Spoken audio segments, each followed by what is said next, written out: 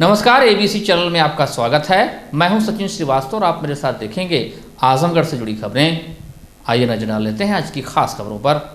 खबर के प्रायोजक हैं Dalim Sunbeam school, Tiwaripur, Mau road, Sidhari, Azamgarh. Admission open play group 2 class 9।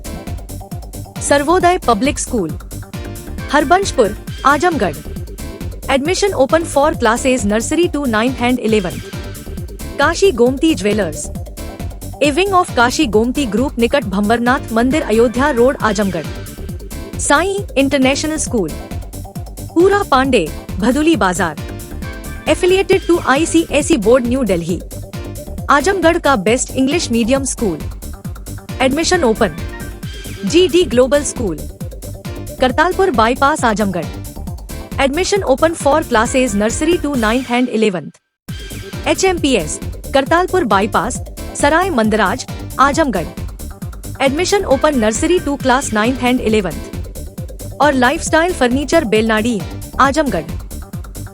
Azamgarh के जियनपुर कोतवाली क्षेत्र के फैजुल्ला जहरुल्ला गांव में एक घर के कमरे में टाइल्स लगवाने के बहाने घर बुलाया और सर कुचलकर उसकी नृशंस हत्या कर दी। घटना की सूचना मिलते ही SP ग्रामीण सहित CO भी मौके पर पहुंचे। मृतक मऊ जनपद के मोहम्मदाबाद थाना क्षेत्र के खालिसापुर गांव का निवासी है। इस मामले में पुलिस ने आरोपी को हिरासत में लेकर पूछताछ कर रही है। हालांकि घटना का कारण अभी स्पष्ट नहीं हो सका है। मऊ जनपद के मोहम्मदाबाद थाना क्षेत्र के खालिसापुर गांव निवासी राकेश कुमार उम्र 26 वर्ष पुत्र रामदुलारे टाइल्स लगवाने का काम करते थे। राकेश कुमार की पत्नी हिना ने बताया कि जियनपुर कोतवाली क्षेत्र के फैजुल्ला जहरुल्ला गांव निवासी शैलेश पुत्र अंबिका ने राकेश को अपने घर बुलाया था। राकेश घर पर काम करवाने की बात कहकर सोमवार की शाम करीब 5 बजे निकले थे। मंगलवार की दोपहर शैलेश के घर के आसपास के लोगों ने घटना की सूचना पुलिस को दी। सूचना मिलते ही पुलिस भी मौके पर पहुंची और घर में तलाशी ली तो कमरे में गाड़ी के पास राकेश का शव क्षत विक्षत पड़ा था। पुलिस ने इसकी सूचना परिजनों को दी। सूचना मिलते ही परिवार में मातम छा गया और वह घटनास्थल के लिए रवाना हो गए। मृतक एक पुत्र व एक पुत्री का पिता था। पत्नी हिना का रो रोकर बुरा हाल है। 3 भाइयों में मंझला था। उसकी एक छोटी बहन भी है जिसकी शादी मई में होने वाली थी। कौन बुला के ले गया था उनके ऊपर? कहाँ घर था उनका? क्या के ले गए घर से?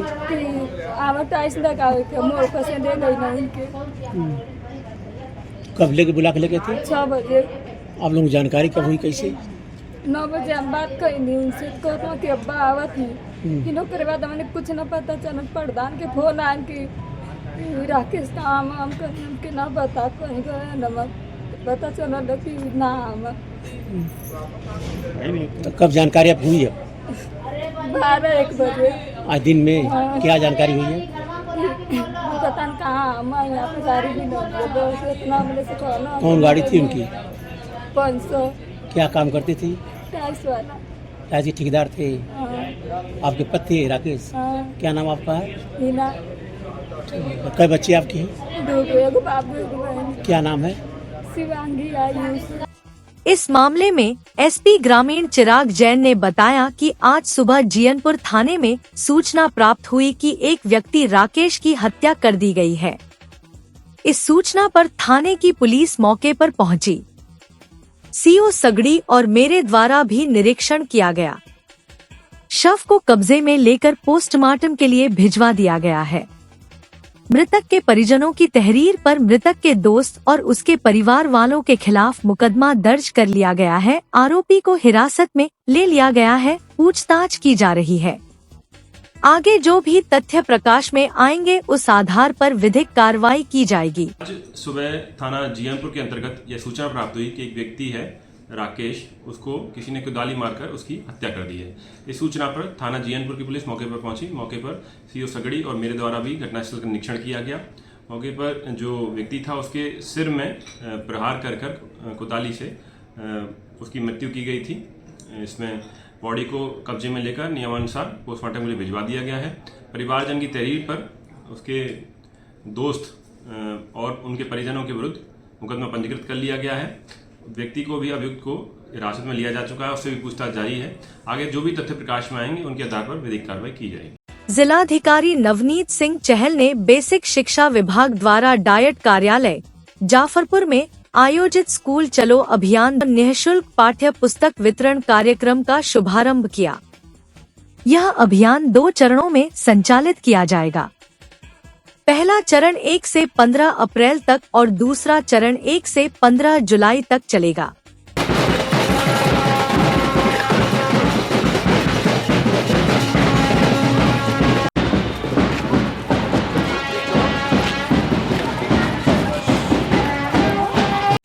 इस दौरान मुख्यमंत्री उत्तर प्रदेश सरकार द्वारा जनपद बरेली से स्कूल चलो अभियान एवं संचारी रोग नियंत्रण दस्तक अभियान के शुभारंभ कार्यक्रम का LED के माध्यम से सजीव प्रसारण भी देखा गया।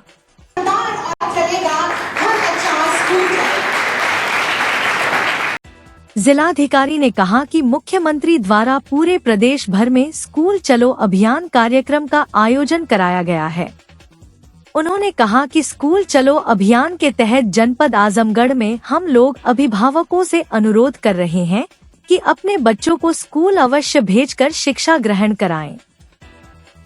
उन्होंने कहा कि जनपद में परिषदीय विद्यालयों में पढ़ने वाले छात्र छात्राओं को अच्छी शिक्षा दी जा रही है। ऑपरेशन कायाकल्प के अंतर्गत विद्यालयों में मूलभूत सुविधाओं को और बेहतर किया जा रहा है। उन्होंने कहा कि विद्यालयों में जिन बच्चों को शिक्षा दी जा रही है उन्हें निःशुल्क पाठ्य पुस्तक, ड्रेस, जूता मोजा, स्वेटर व मिड डे मील की सुविधा के साथ ही निःशुल्क एवं गुणवत्तायुक्त शिक्षा दी जा रही है। उन्होंने कहा कि छात्र छात्राओं के लिए अलग अलग शौचालय की व्यवस्था हो चुकी है। साथ ही परिषदीय विद्यालयों में स्मार्ट क्लास भी चलाया जा रहा है। उन्होंने स्कूल चलो अभियान के माध्यम से लोगों से अपील किया कि स्कूलों में अपने बच्चों का नामांकन कराएं एवं साक्षरता को आगे बढ़ाएं। उन्होंने कहा कि सरकार द्वारा युद्ध स्तर पर स्कूलों के मूलभूत सुविधाओं एवं गुणवत्तायुक्त शिक्षा पर विशेष ध्यान दिया जा रहा है। आशा है कि जनपद के 100% बच्चे स्कूली शिक्षा से जुड़ेंगे। शुभारंभ जनपद स्तर पर किया गया और सभी यहाँ पर छात्र छात्राओं ने, शिक्षा विभाग के अध्यापकों इत्यादियों ने माननीय मुख्यमंत्री जी का उद्बोधन भी सुना। इस अभियान के तहत हम सभी छात्र छात्राओं को ये अपील कर रहे हैं, सभी अभिभावकों से अपील कर रहे हैं कि जो भी स्कूल गोइंग लोग बच्चे हैं हमारे, वो स्कूल ज्वाइन करें। आउट ऑफ स्कूल बच्चा हमारा कोई भी ना रहे। आज सरकार के द्वारा स्कूली इंफ्रास्ट्रक्चर के परिप्रेक्ष्य में सभी व्यवस्थाएं की गई हैं। इंफ्रास्ट्रक्चर लगातार बेहतर हो रहा है। बालिका और बालकों के अलग अलग शौचालय, फ्लोर टाइलिंग्स, इसके अतिरिक्त स्मार्ट क्लासेस, कायाकल्प के अंतर्गत पूरे इंफ्रास्ट्रक्चर में बदलाव और सुधार, ये सभी व्यवस्थाएं की जा रही हैं। साथ ही साथ बच्चों को निःशुल्क बैग्स, किताबें, जूते मोजे, स्वेटर इत्यादि ये सारी चीज़ें दी जा रही हैं। तो निःशुल्क शिक्षा भी दी जा रही है और एक क्वालिटी शिक्षा भी दी जा रही है। तो आज स्कूल चलो अभियान के माध्यम से अपील सभी से की गई है कि अधिक से अधिक छात्र छात्राएं, सभी छात्र छात्राएं स्कूली शिक्षा से जुड़े और साक्षरता को आगे बढ़ाएं, एक सुयोग्य नागरिक बने और देश को आगे। कार्यक्रम में कक्षा 1 से लेकर कक्षा 8वीं तक के छात्र छात्राओं को निःशुल्क पाठ्य पुस्तक का वितरण भी किया गया।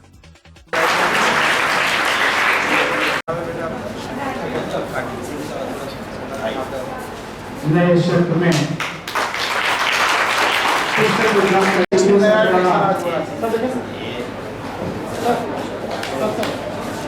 एक बड़ी पहल की जा रही है। समारोह के दौरान भाजपा लालगंज अध्यक्ष विनोद राजभर समारोह के मुख्य अतिथि रहे। उनकी उपस्थिति में छात्र छात्राओं ने स्कूल चलो अभियान रैली निकाली।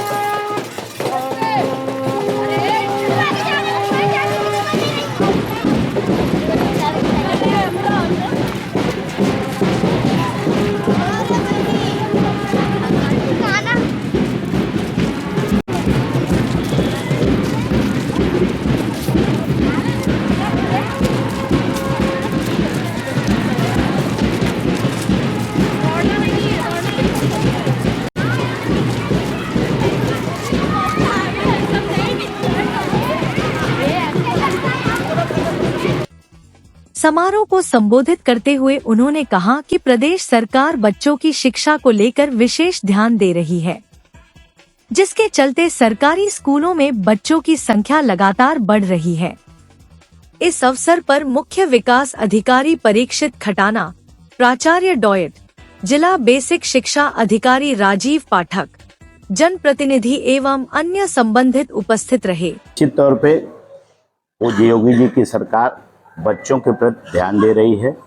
ये स्कूल चलो अभियान के माध्यम से जो हमारे गांव में बच्चे हैं जो ठेला, कुमचा, भट्ठे, ईंट पे काम करते हैं, संजोग से स्कूल पे नहीं पहुंच पाते हैं, तो उनके लिए पूज्य महाराज जी ने ये जो अभियान चलाया है, उस अभियान के माध्यम से हमारे शिक्षकगण, हमारे समाज सेवी लोग उनको ला करके बच्चों को स्कूल में एडमिशन करा रहे हैं और हमारा जो है निरंतर ग्राफ जो है बच्चों का बढ़ रहा है। क्या कहना चाहेंगे बच्चों को? तो बच्चों को यही कहना चाहेंगे कि बच्चे अपना पढ़ें, बच्चे देश के भविष्य हैं, ये पढ़ लिख करके अपना यहाँ से जाएं, अपनी एक पहचान बनाए, इस आजमगढ़, इस उत्तर प्रदेश, देश का नाम रोशन करे, ये हमारी उनके लिए शुभ। वक्फ संशोधन बिल को लेकर देश भर में छिड़ी बहस के बीच एबीसी चैनल ने इस मुद्दे को लेकर मुस्लिम समुदाय से बातचीत की। प्रस्तावित बिल को लेकर उन्होंने अपनी प्रतिक्रिया देते हुए बिल के प्रति अपनी नाराजगी जाहिर की। जैसा कि आप जानते हैं कि सरकार 2 अप्रैल को वक्फ संशोधन बिल लोकसभा में लाने की तैयारी में है। बजट सत्र के दूसरे चरण का समापन होने से 2 दिन पहले लाए जा रहे इस बिल को लेकर मुस्लिम समुदाय ने अपना विरोध दर्ज कराया है। उनका कहना था कि यह मुख्य मुद्दों से ध्यान भटकाने के लिए लाया जा रहा है। वक्फ संशोधन विधेयक लोगों का ध्यान मुख्य मुद्दों से हटाकर उन्हें अनावश्यक बहस में उलझाने का प्रयास है। उनका कहना था कि इससे मुस्लिम समुदाय को कोई नुकसान नहीं पहुंचेगा, लेकिन देश को भी कोई फायदा नहीं होगा। यह सिर्फ और सिर्फ ध्यान भटकाने और जमीनें हड़पने का षड्यंत्र है। खैर, अब यह जरूर देखने वाली बात होगी कि सरकार मुसलमानों को किस तरह की ईदी देती है। मुसलमानों को केंद्र सरकार से, भारतीय जनता पार्टी से कोई बहुत ज़्यादा खैर की उम्मीद नहीं है कि उन्होंने जितने फैसले किए हैं, जितने बिल पेश किए हैं, उस सब में कहीं न कहीं मुसलमान प्रताड़ित हो रहा है। हमारी निगाह है मुसलमानों के हितैषी कहे जाने वाले नायडू जी से और नीतीश कुमार से कि देखिए उनका क्या रुख होता है। जिससे बहुत से बिल के सरकार ने पास किए हैं, इस पर भी पास करेंगे। हम उसका विरोध संवैधानिक तौर पे जो हमें करना है वो करेंगे, सुप्रीम कोर्ट भी जाएंगे वगैरह वगैरह। ये मुसलमानों को तो अपनी देश में रहते हैं, हमें जितना अधिकार है उतना कदम तो हमारी जो तंजीमें हैं, हमारे मिली कायद हैं, वो अपना उठाएंगे। का मतलब क्या हुआ है? दरअसल इसमें पहले वक्फ है क्या? वक्फ ये है कि मुसलमानों ने और हिंदुओं ने अपनी प्रॉपर्टी, अपनी ज़मीनें, अपने बागात, अपनी जायदाद मंदिरों पे, मस्जिदों पे, मदरसों पे, पाठशालाओं पे वक्फ की, ताकि इसका पुण्य जो है उन लोगों को मिलता रहे। ये खिदमत खल्क था, ताकि मुस्तकिल जब तक दुनिया है ये चीज़ें उसको फ़ायदा पहुँची रहेंगी, उनको उसका पुण्य मिलेगा, सवाब मिलेगा। अब वो ज़मीनें जो है बेपनाह हैं, और यही नहीं कि सिर्फ वक्फ मुस्लिम औकाफ में है, मंदिरों में बेशुमार ज़मीनें हैं, बाग़ें हैं, जायदाद हैं।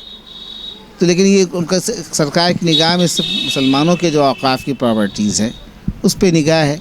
अब देखिए बिल में वो क्या क्या संशोधन करते हैं, क्या क्या ले आते हैं, क्या अधिकार देते हैं, क्या अधिकार छीनते हैं, जो बिल के आने के बाद ही पता चलेगा। बहरहाल हम लोग अगर बिल पास होता है तो हम इससे बहुत दुखी रहेंगे, हम सब तमाम देश के मुसलमान दुखी रहेंगे। और मुसलमान ही नहीं, हमारे बहुत से हिंदू भाई जो है, जो इसकी सच्चाई और इसकी हकीकत जानते हैं, उनकी भी प्रतिक्रिया मैंने देखी, तो उनको भी इस बात से तकलीफ़ है कि ये सरकार जो है मुद्दों से ध्यान बटाने के लिए असल जो काम है उस पर तवज्जो कम दे रही है, लेकिन वो जो है इस मुद्दों पर ख़ास तवज्जो दे रही है। 2027 में यूपी का चुनाव भी सामने आ रहा है, तो ये अपने वोट बैंक को भी खुश करना चाहती है, हालांकि इससे किसी को कोई फ़ायदा नहीं पहुंचेगा। सरकार को फ़ायदा पहुंच सकता है हमारी प्रॉपर्टीज़ में दखल दे करके। अब देखिए बिल पास होता है कि नहीं होता है, ये 2 तारीख के बाद ही पता चलेगा। हम लोग क्या चाह रहे हैं? हम ये चाह रहे हैं जो हमारा कानून है, जो हमारी जायदादें हैं, इसमें सरकार का जितना अधिकार था कि इन वक्फ के जो मुतवल्लियान थे अगर वो उस जायदादों में खुर्द बुर्द कर रहे हैं, उसमें कोई बेईमानी कर रहे हैं, तो वक्फ बोर्ड के चेयरमैन अगर बेईमान है तो उसकी निगरानी करे, उसके ऊपर जो मुकदमा चलाए और वक्फ की जायदादें जो बहुत से लोगों ने बेच दी हैं, कब्ज़ा कर लेकी, उसको खाली करके मुसलमानों उन जायदादों पर, प्रॉपर्टीज़ पे, माइनॉरिटीज़ की कोई प्रॉपर्टी है तो उनके हित के जो काम कर सकती वो करे, ना कि वो अपना प्रॉपर्टीज़ पे ही अपना पूरा मल दखल करना चाहती है। अभी इसका पूरी तफसील तो बिल पास होने के बाद ही पता चलेगी। और वैसे इससे हम लोग दुखी हैं, हमारी मिली तंजीमें, हमारा कायदीन, इसके बाद जो अगला कदम होगा संविधान के दायरे में रह कर के उसको उठाएंगे। देखिए, ऐसा है कि ये सब फालतू की बातें हैं, मुद्दा भटकाने की बातें हैं। वक्फ कानून से पहले अपने देश में बहुत सारी ऐसी समस्याएं हैं जिन पर सरकार को ध्यान देना चाहिए, सरकार को बात करना चाहिए। जैसे बेरोज़गारी हुई, जैसे गरीबी हुई, जैसे बहुत सारे लोग भूखे मर जाते हैं। ये वक्फ का जो कानून है ये बड़ा पुराना कानून है। जैसे हर तरीके का कानून होता है तो सरकार जो है मुद्दे को भटकाने के लिए सब नया नया मुद्दा ले आती है, ताकि जैसे कोई सीरियस मैटर पे पब्लिक का ध्यान न जाने पाए और किसी एक मुद्दे पर जनता को भटका दिया जाए। अब आप आज की डेट में देखिए कि जितने सारे लोग हैं वक्फ कर रहे हैं, वक्फ के बारे में कोई जाने या ना जाने, लेकिन कमेंट सबका आता है, ठीक है ना। तो सरकार को चाहिए कि देश में बहुत सारे ज्वलनशील मुद्दे हैं, जैसे हमारा रुपया गिर रहा है, हमारे यहाँ बेरोज़गारी बहुत है, हमारे यहाँ भुखमरी बहुत ज़्यादा है, हमारे यहाँ शिक्षा पे बात होना चाहिए। ये कोई मुद्दा नहीं है, ये मुद्दा सिर्फ जनता को ध्यान भटकाने के लिए है। इससे नुकसान क्या होगा आपको? इससे नुकसान कुछ नहीं है, इससे नुकसान कुछ नहीं है। अब ये वक्फ जो है ये आज का ये कानून नहीं है, भारत की आज़ादी से पहले भी वक्फ था और आज़ादी के बाद भी है। अब सरकार है, माननीय मोदी जी हमारे प्रधानमंत्री जी हैं और हमारे गृह मंत्री श्री अमित शाह जी हैं। अब ये लोग ला रहे हैं तो ये लोग बड़े लोग हैं, कुछ सोच के ला रहे होंगे, लेकिन मेरी समझ में नहीं आ रहा है कि इससे कोई देश का फ़ायदा होगा। देश से इसका कोई फ़ायदा नहीं होगा। आप लोग क्या चाहते हैं कि ये बिल ना लाया जाए? जाहिर सी बात है कि मतलब जैसे ये बिल है, इस बिल के बारे में बहुत डिटेल हमको जानकारी नहीं है, लेकिन ये है कि जैसे हर हिंदुस्तान में हर जात बिरादरी के लोग रहते हैं, सबका अलग अलग नियम कानून है और किसी भी धर्म के बारे में जानना, नियम कानून के बारे में जानना बहुत ज़रूरी होता है।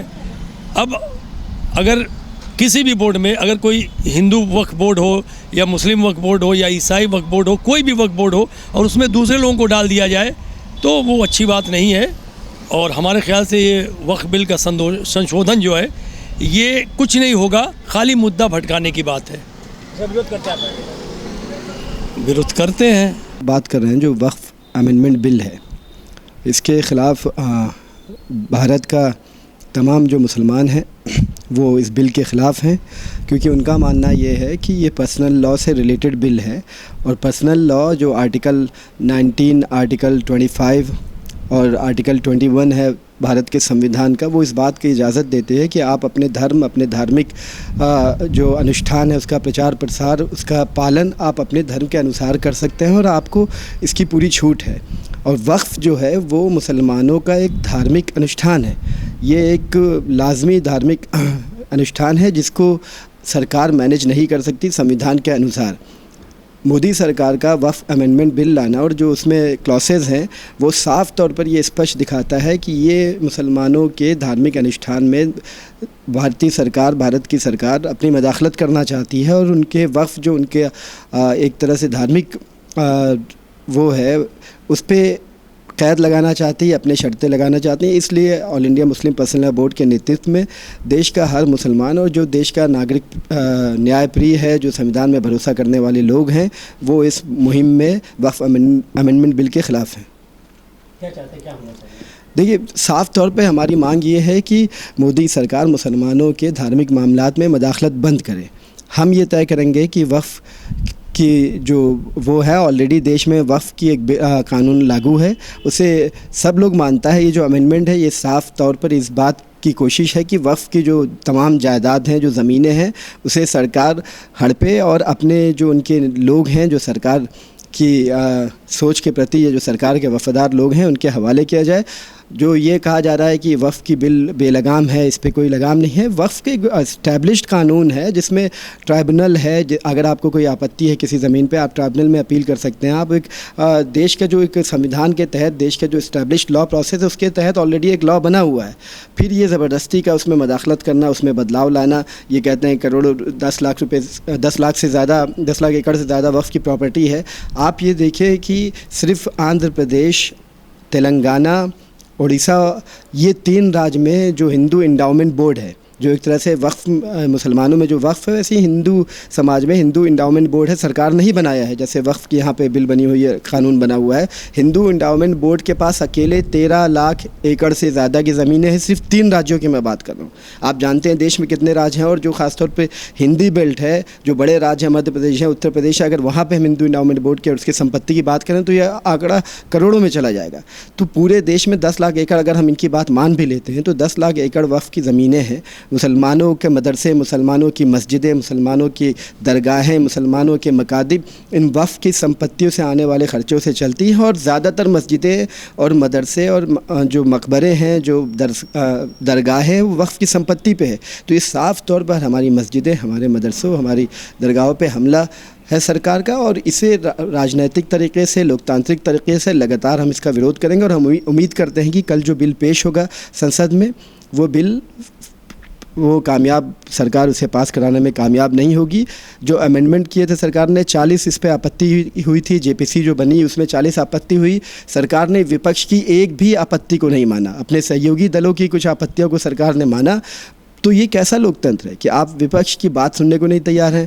आखिरी दिन हमने देखा जो विपक्ष के सांसद थे उन लोगों ने कहा कि हमें धक्का दे के भगा दिया गया, हमारी मांगों को सुना नहीं गया, उसमें शामिल नहीं किया गया। तो ये किस तरह का लोकतंत्र है, ये किस तरह का प्रजातंत्र है? ये तानाशाही की तरफ देश को ले जाया जा रहा है और इसी के खिलाफ हम विरोध कर रहे हैं। पुरानी रंजिश को लेकर सोमवार की रात जहानागंज थाना क्षेत्र में 2 पक्षों के बीच जमकर लाठी डंडे चले। इस घटना में एक पक्ष से 3 लोग घायल हो गए।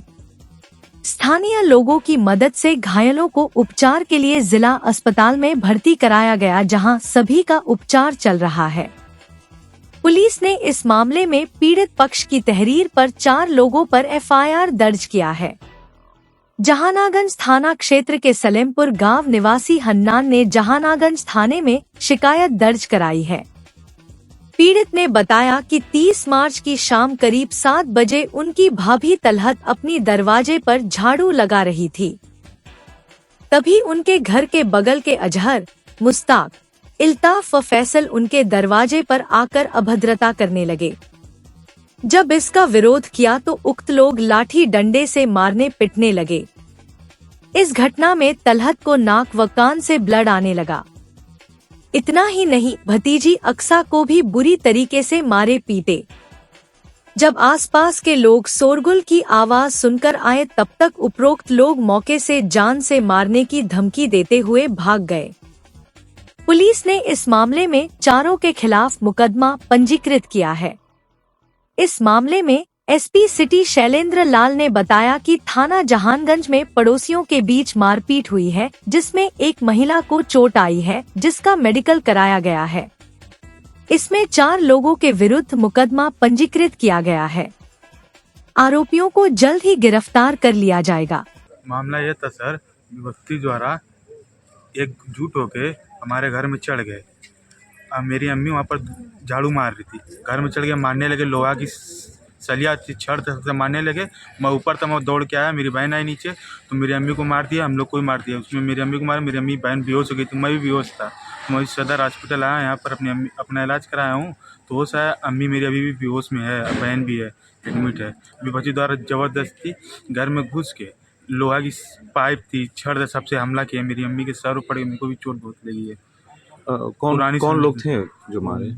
मुश्ताक थे, इसरार थे, इल्ताफ थे, अजहर थे, फैसल। क्या पहले से कोई दुश्मनी चलती आ रही है क्या? पहले थोड़ा बहुत थी, थोड़ा बहुत पहले दुश्मनी थी। अच्छा। एकजुट आज प्लान बना के घर में घुस गए। मैं ऊपर अपनी छत पे था अंदर। क्या चाहते हैं आप? इंसाफ। मेरी माँ भर्ती है यहाँ पर, पूरा लगी, सर फट गया पूरा, एकदम बहन भी भर्ती है। बेहोशी की हालत में यहाँ लेके आया, मैं खुद बेहोश था लेके यहाँ चलाया। 100 नंबर पे सूचना दी? 100 नंबर सूचना दिया, 100 नंबर एम्बुलेंस को उसी दम लाया, मत थाने यहीं डायरेक्ट चलाया लेके सदर में, क्योंकि मेरी माँ मेरी बहन सब बेहोश थे। थाना जहानागंज में पड़ोसियों के बीच में मारपीट यहाँ पर हुई है, जिसमें एक महिला को चोट आई है, लोगों को मेडिकल कराया गया है। इसमें 4 लोगों के विरुद्ध मुकदमा पंजीकृत किया गया है। मुकदमा अपराध संख्या 118/25 अंतर्गत धारा 115(2), 352 और 351(3) के अंतर्गत दायर है। अभियुक्तों की शीघ्र गिरफ्तारी की जाएगी और नियमानुसार वैधानिक कार्रवाई की जाएगी। आजमगढ़ के निजामाबाद थाना क्षेत्र के जमीन कटघर गांव में एक लड़की और उसके परिवार के साथ मारपीट करने के आरोपी अरुण कुमार पांडे उर्फ बबलू पांडे के खिलाफ पुलिस ने एफआईआर दर्ज की है। पीड़िता ज्ञानमती ने वरिष्ठ पुलिस अधीक्षक हेमराज मीना को ज्ञापन सौंपकर घटना की शिकायत की थी, जिसके बाद कार्रवाई शुरू हुई। इस मामले में सोशल मीडिया पर वायरल एक वीडियो ने भी सनसनी फैला दी है, जिसमें बबलू पांडे एक लड़की के साथ बदतमीजी करते दिख रहा है। ज्ञानमती ने बताया कि 23 मार्च 2025 को गांव के गुलाब ने उनके परिवार के अभिलाष, संजय, रमेश और सुखदेव के खिलाफ निजामाबाद थाने में फर्जी मुकदमा दर्ज कराया था। इसके खिलाफ शिकायत करने के लिए 24 मार्च को वह परिवार के साथ एसपी कार्यालय जा रहे थे। भदुली बाजार पहुंचने पर उन्हें जरूरी कागजात और खर्च के पैसे घर पर भूलने का एहसास हुआ। घर से सूचना देने पर स्कूली छात्राएं अंतिमा, सुषमा और मनीषा कागजात लेकर आईं। जब वे शहीद द्वार के पास पहुंची तो अरुण कुमार पांडे ने जाति सूचक गालियां देते हुए उनके साथ मारपीट शुरू कर दी। शोर सुनकर चंदेई, ज्ञानमती और निर्मला ने बीच बचाव की कोशिश की, लेकिन आरोपी ने उन पर भी हमला कर दिया। पीड़िता ने उसी दिन थाने से लेकर डीआईजी तक रजिस्ट्री के जरिए शिकायत की। 29 मार्च को घर लौटने पर बबलू पांडे ने लाठी डंडों के साथ उन्हें फिर दौड़ाया। इस मामले में एसपी सिटी शैलेंद्र लाल ने बताया कि मुकदमा दर्ज किया जा रहा है। वायरल वीडियो में बबलू पांडे की हरकतें सामने आने के बाद पुलिस ने सख्ती बढ़ा दी है। आरोपी के खिलाफ पहले से 4 मुकदमे दर्ज हैं और गुंडा एक्ट भी लग चुका है। अब उसकी हिस्ट्री शीट खोली जाएगी और दोबारा गुंडा एक्ट लगाया जाएगा। पुलिस ने मामले की जांच शुरू कर दी है और आरोपी की तलाश की जा रही है। सोशल मीडिया पर एक वीडियो वायरल हुआ है जिसमें अरुण पांडे और बबलू पांडे एक लड़की के साथ बदतमीजी करते नजर आ रहे हैं। इस प्रकरण में उनके विरुद्ध मुकदमा पंजीकृत किया जा रहा है। इसके अलावा उनके ऊपर 4 मुकदमे पहले से हैं व गुंडा एक्ट की कार्रवाई भी पूर्व में की गई है। पुलिस के द्वारा इनकी हिस्ट्री शीट खोली जाएगी और पुनः इनके ऊपर गुंडा एक्ट लगाया जाएगा। पुलिस सख्त से सख्त कार्रवाई करेगी और सुनिश्चित करेगी किसी लड़की के साथ इस तरह की घटना ना होने पाए। सर, ये इनके ऊपर पूर्व में जो मुकदमे दर्ज किए गए थे, किन किन तरीके के अपराध थे सर? ये मारपीट के अपराध इनके ऊपर है। ये इस तरह की घटनाएं पहले करते रहे। ये दबंग प्रवृत्ति के जो अभी जानकारी लगी, इनके विरुद्ध सख्त कार्रवाई पुलिस के द्वारा की जा रही है। सर, ये अपने आप को पत्रकार भी बनाते देखा, प्रेस के कार्ड वगैरह भी उनके कुछ मिले हैं वहाँ से? पुलिस इसके बारे में जानकारी कर रही है। लोगों द्वारा बताया गया कथित पत्रकार के रूप में ये कार्य करते हैं। पुलिस सभी पहलुओं पे जांच कर रही है। ठीक। आजमगढ़ जिले के तरवा थाना क्षेत्र में एक युवक की पुलिस अभिरक्षा में संदिग्ध मौत के बाद उसकी मां की तहरीर पर थानाध्यक्ष सहित 3 पुलिस कर्मियों के खिलाफ SC/ST एक्ट सहित अन्य धाराओं में मुकदमा दर्ज किया गया है। घटना के बाद गुस्साए ग्रामीणों ने थाने पर तोड़फोड़ और पथराव भी किया था। पुलिस अधीक्षक के निर्देश पर जांच शुरू हो गई है। तरवा थाना क्षेत्र के उमरी गांव निवासी कुसुम देवी ने थाने में तहरीर देकर शिकायत दर्ज कराई। आरोप है कि 29 मार्च 2025 को सुबह करीब 7 बजे थानाध्यक्ष कमलेश कुमार पटेल अपने साथ कुछ पुलिसकर्मियों के साथ उनके घर पहुंचे। पुलिसकर्मियों ने जाति सूचक गालियां दी और उनके बेटे सन्नी कुमार से पूछताछ शुरू कर दी। जब परिवार ने इसका कारण पूछा तो थानाध्यक्ष ने सन्नी को पकड़ लिया और पुलिसकर्मियों के साथ मिलकर उसकी पिटाई की। इसके बाद उसे जीप में डालकर थाने ले गए। कुसुम देवी के अनुसार जब वह परिवार और गांव के कुछ लोगों के साथ थाने पहुंची तो थानाध्यक्ष ने उन्हें आश्वासन दिया कि सन्नी को शाम तक छोड़ दिया जाएगा।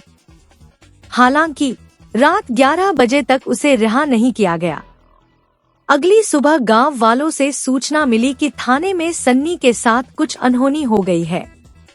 थाने पहुंचने पर पता चला कि सन्नी की मौत हो चुकी है और उसका शव पोस्टमार्टम के लिए सदर अस्पताल भेज दिया गया है। पुलिस का दावा है कि सन्नी ने थाने के शौचालय में फांसी लगाकर आत्महत्या कर ली। इस घटना से आक्रोशित ग्रामीणों ने थाने पर जमकर हंगामा किया। भीड़ ने तोड़फोड़ और पथराव किया, जिसके बाद पुलिस को स्थिति नियंत्रित करने में काफी मशक्कत करनी पड़ी। कुसुम देवी ने पुलिस अधीक्षक से मांग की है कि इस मामले की निष्पक्ष जांच हो और दोषी पुलिसकर्मियों के खिलाफ सख्त कार्रवाई की जाए। शिकायत के आधार पर थानाध्यक्ष कमलेश कुमार पटेल और 2 अन्य अज्ञात पुलिसकर्मियों के खिलाफ मुकदमा दर्ज कर लिया गया है। पुलिस अधीक्षक ने मामले की जांच के आदेश दिए हैं। इस संबंध में एसपी सिटी शैलेंद्र लाल ने बताया कि तरवा प्रकरण में मुकदमा अपराध संख्या 66/25 इंस्पेक्टर तरवा व अन्य कर्मियों के प्रति पंजीकृत किया गया है। इसकी विवेचना सीओ फूलपुर द्वारा की जा रही है। साक्ष्य के आधार पर आगे की विधिक कार्रवाई की जाएगी। बताया कि मौके पर फोर्स तैनात है, स्थिति सामान्य है। थाना तरवा वाले प्रकरण में मुकदमा अपराध संख्या 66/25 इंस्पेक्टर तरवा वन कर्मियों के विरुद्ध पंजीकृत किया गया है, जिसमें बीएनएस की धारा 103(1), 352 बीएनएस की व SC/ST एक्ट के अंतर्गत दर्ज है। इसकी विवेचना सीओ फूलपुर द्वारा की जा रही है। साक्ष्य और बाकी बयान सीओ साहब द्वारा दर्ज किए जा रहे हैं और साक्ष्यों के आधार पर और जो बाकी एविडेंसेस रहेंगे उसके आधार पर नियमानुसार वैधानिक कार्रवाई की जाएगी। सर, लॉ एंड ऑर्डर के लिए पुलिस का डिप्लॉयमेंट अभी वहाँ पे है, किस तरीके से? हाँ, प्रिकॉशनरी वहाँ पे लॉ एंड ऑर्डर का डिप्लॉयमेंट है। वहाँ पे फोर्स वहाँ मौजूद है और इस समय स्थिति सामान्य, कोई दिक्कत इस समय नहीं है। सर, जो अभी पुलिसकर्मियों को मुकदमा दर्ज किया गया उसमें उनकी कार्रवाई के ऊपर क्या की जा रही है? अब सारे एविडेंसेस कलेक्ट किए जाएंगे, जो भी बयान होंगे वो दर्ज किए जाएंगे, उसके आधार पर आगे कार्रवाई की जाएगी। आजमगढ़ जिले के फूलपुर कोतवाली क्षेत्र के अंबारी बाजार शाहगंज रोड पर मंगलवार सुबह एक अज्ञात युवक की लाश फांसी के फंदे से लटकती हुई मिलने से इलाके में सनसनी फैल गई। स्थानीय लोगों ने सुबह श्री गांधी आश्रम खादी बिक्री भवन के पास टीन शेड के पोल से रस्सी के सहारे लटकती लाश देखी, जिसके बाद बाजारवासियों में हड़कंप मच गया। सूचना मिलते ही अंबारी पुलिस चौकी प्रभारी रज्जन द्विवेदी मौके पर पहुंचे और उच्चाधिकारियों को घटना की जानकारी दी। इसके बाद फॉरेंसिक टीम ने मौके पर पहुंचकर साक्ष्य संकलन किया। पुलिस ने शव को कब्जे में लेकर पोस्टमार्टम के लिए भेज दिया है। प्रारंभिक जांच में युवक की पहचान नेपाल के रहने वाले रोशन महतो के रूप में हुई है। उसकी जेब से एक पासपोर्ट और मोबाइल फोन बरामद हुआ, जिसमें उसकी जन्मतिथि 1996 दर्ज है। मृतक नीले रंग की जैकेट और पैंट पहने हुए था। फंदे से लटकते हुए युवक के पैर जमीन को छू रहे थे, जिसके चलते बाजारवासियों में चर्चा है कि यह हत्या का मामला हो सकता है, जिसे आत्महत्या का रूप देने की कोशिश की गई हो। इस संबंध में एसपी ग्रामीण चिराग जैन ने बताया कि आज सुबह फूलपुर कोतवाली अंतर्गत अंबारी बाजार से लगभग 200 मीटर की दूरी पर एक दुकान के सामने टीन सेट में लोहे के पाइप से किसी व्यक्ति ने लटककर आत्महत्या कर ली है। इस सूचना पर थाना फूलपुर की पुलिस मौके पर पहुंची। पुलिस ने शव को कब्जे में लिया। मृतक के कपड़े से पासपोर्ट बनाना हुआ। उस व्यक्ति की पहचान रोशन महतो के रूप में हुई और वह नेपाल का निवासी था। कहा कि जांच की जा रही है, आगे जो भी तथ्य प्रकाश में आएंगे उस आधार पर कार्रवाई की जाएगी। आज सुबह थाना फूलपुर अंतर्गत यह सूचना प्राप्त हुई कि अंबारी बाजार पड़ता है, उससे लगभग 200 मीटर दूर पर एक दुकान के सामने जो टीन शेड है उसमें लोहे के पाइप से किसी व्यक्ति ने लटककर आत्महत्या कर ली है। इस सूचना पर थाना फूलपुर की पुलिस मौके पर पहुंची। मौके पर जो व्यक्ति आत्महत्या की थी उसको नियमानुसार कब्जे में लिया गया। उसके जब कपड़ों में छानाबीन की गई तो उसके जेब से मोबाइल और उसकी पासपोर्ट बरामद हुई। इस पासपोर्ट का जब देखा गया तो उसमें उसकी व्यक्ति की पहचान रोशन महतो के रूप में हुई, जो कि नेपाल का निवासी है। नियमानुसार चीज़ों को कब्जे में ले लिया गया है। आगे इसमें विधिक कार्रवाई की जा रही है। देखा जा रहा है कि कब और कैसे यहाँ पर आया और इसका क्या यहाँ पे आने का प्रयोजन था। आगे जो भी तथ्य प्रकाश में आएंगे उनके आधार पर अग्रिम विधिक कार्रवाई की जाएगी। जिलाधिकारी नवनीत सिंह चहल ने मंगलवार को कलेक्ट्रेट से विशेष संचारी रोग नियंत्रण एवं दस्तक अभियान रैली को हरी झंडी दिखाकर रवाना किया।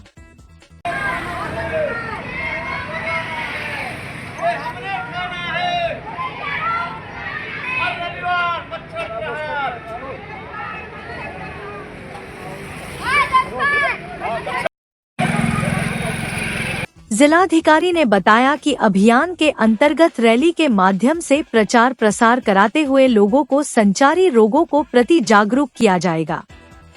उन्होंने कहा कि 1 अप्रैल से संचारी रोग अभियान चलेगा और दस्तक अभियान 10 अप्रैल से 30 अप्रैल तक चलाया जाएगा, जिसके अंतर्गत आशा व आंगनबाड़ी कार्यकर्तियों द्वारा घर घर भ्रमण कर क्षय रोग के लक्षण युक्त व्यक्तियों, कुपोषित बच्चों आदि की जानकारियां एकत्र करेंगी तथा संचारी रोग के संबंध में प्रचार प्रसार करेंगी एवं उनको संचारी रोगों से बचाव के संबंध में जागरूक करेंगी। उन्होंने कहा कि संचारी रोगों की रोकथाम हेतु समस्त संबंधित विभागों द्वारा आपसी समन्वय स्थापित करते हुए कीटनाशक दवाओं का छिड़काव, नालियों की सफाई, झाड़ियों की कटाई, पशुपालकों का संवेदीकरण आदि कार्य किया जाएगा। उन्होंने कहा कि डेंगू, मलेरिया, चिकनगुनिया आदि बीमारियों के प्रति जागरूक किया जाएगा। जिलाधिकारी ने जन सामान्य को संचारी रोगों के रोकथाम, साफ सफाई, शौचालयों का उपयोग, शुद्ध पेयजल तथा ताजा भोजन के उपयोग के संबंध में जागरूक किया और जनता से अपील किया गया कि मच्छर जनित बीमारियों से बचाव के लिए घर और कार्यस्थल के आसपास पानी जमा न होने दे, पुराने एवं खराब बर्तन, डिब्बे को छत पर न रखे, पुराने टायर, प्लास्टिक के कप, फ्रिज की ट्रे, बोतलों, कबाड़, फूलदानों आदि में पानी इकट्ठा न होने दें, बुखार आने पर लापरवाही न करें एवं बिना डॉक्टर के सलाह किसी दर्दनाशक दवा का सेवन न करें। जिलाधिकारी ने कहा कि हीट वेव के दृष्टिगत सभी आवश्यक व्यवस्थाएं की जा रही है। विशेषकर ग्रामीण क्षेत्रों में पंचायती राज विभाग एवं नगरीय क्षेत्र में अधिशासी अधिकारियों को हीट वेव से बचाव के संबंध में जागरूक करते हुए आवश्यक दिशा निर्देश दिया गया है। इसके साथ ही हीट वेव से बचाव हेतु क्या करें, क्या न करें का संदेश भी जारी कर दिया जा रहा है।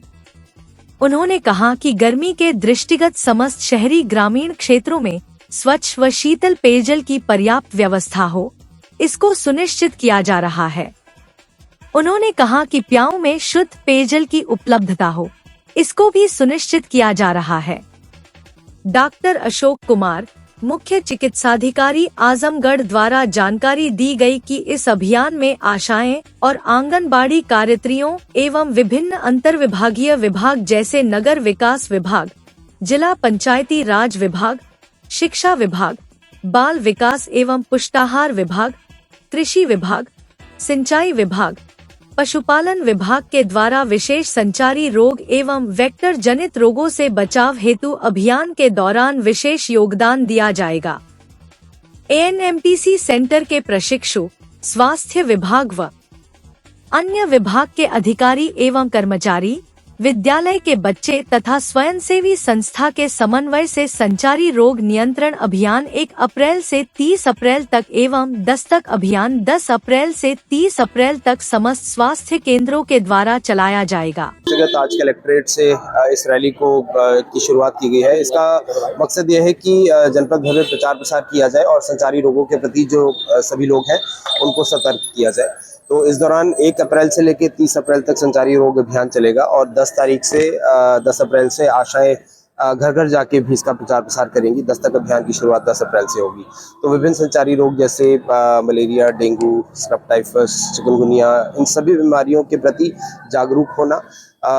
यदि किसी को बुखार होता है तो हॉस्पिटल जाकर डॉक्टर को ज़रूर संपर्क करें।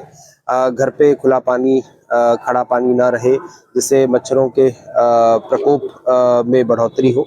तो इन सभी चीज़ों का ध्यान रखने के लिए, इस जागरूकता को जन जन तक पहुंचाने के लिए संचारी रोग अभियान की आज शुरुआत की गई है और स्वास्थ्य विभाग की टीम निरंतर पूरे माह इस अभियान के अनुरूप और सभी अन्य संबंधित विभाग भी इस अभियान के अंतर्गत प्रचार प्रसार की और जो प्रिवेंशन की कार्रवाई है वो सभी करते रहेंगे। आज की सर ये रैली कहाँ से कहाँ जा रही है? रैली ये शहर के विभिन्न स्थानों पर जाएगी, विभिन्न मोहल्लों में जाएगी जहां पर सघन आबादी है और जहां जहां तक ये मैसेज कन्वे करना है।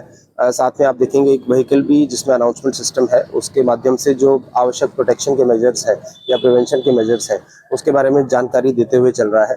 तो विभिन्न स्थानों पर शहर में जाकर और फिजिकल रूप से प्रचार प्रसार करेंगे। इसके अतिरिक्त सोशल मीडिया के माध्यम से भी और अन्य माध्यमों से, मीडिया के माध्यमों से, आप सभी लोगों के सहयोग से, प्रिंट मीडिया के सहयोग से जन जन तक ये संदेश पहुंचाएं। आज से संचारी रोग अभियान चल रहा है हमारा, ये 30 दिन तक लगातार चलेगा। इसमें 10 तारीख से दस्तक अभियान चलेगा, जिसमें हमारी आशा बहनें, आंगनबाड़ी बहनें घर घर जाके दस्तक देंगी। घर में कोई बुखार का रोगी तो नहीं है, टीबी का रोगी तो नहीं है, कोई लेप्टोसी का, कोई स्ट्रोक का मरीज तो नहीं है, कोई मालनरिश बच्चा तो नहीं है, कमजोर कुपोषित बच्चा, उसकी सूची बनाएंगे।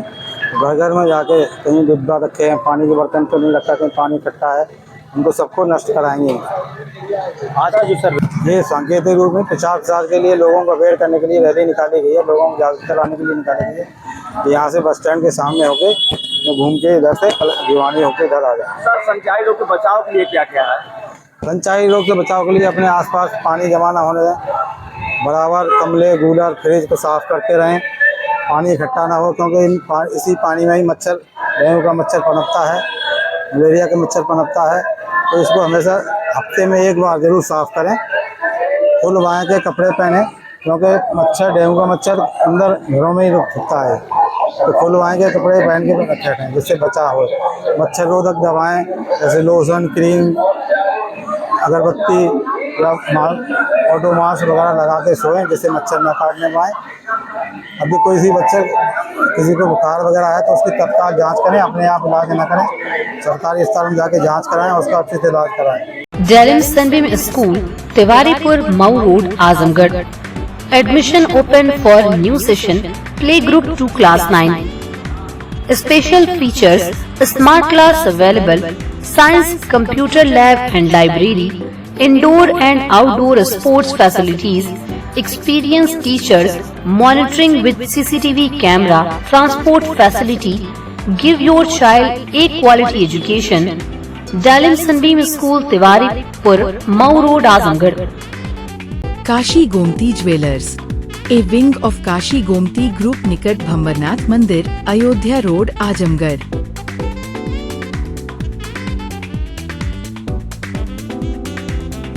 गोल्ड, डायमंड और सिल्वर की ज्वेलरी का विशाल संग्रह।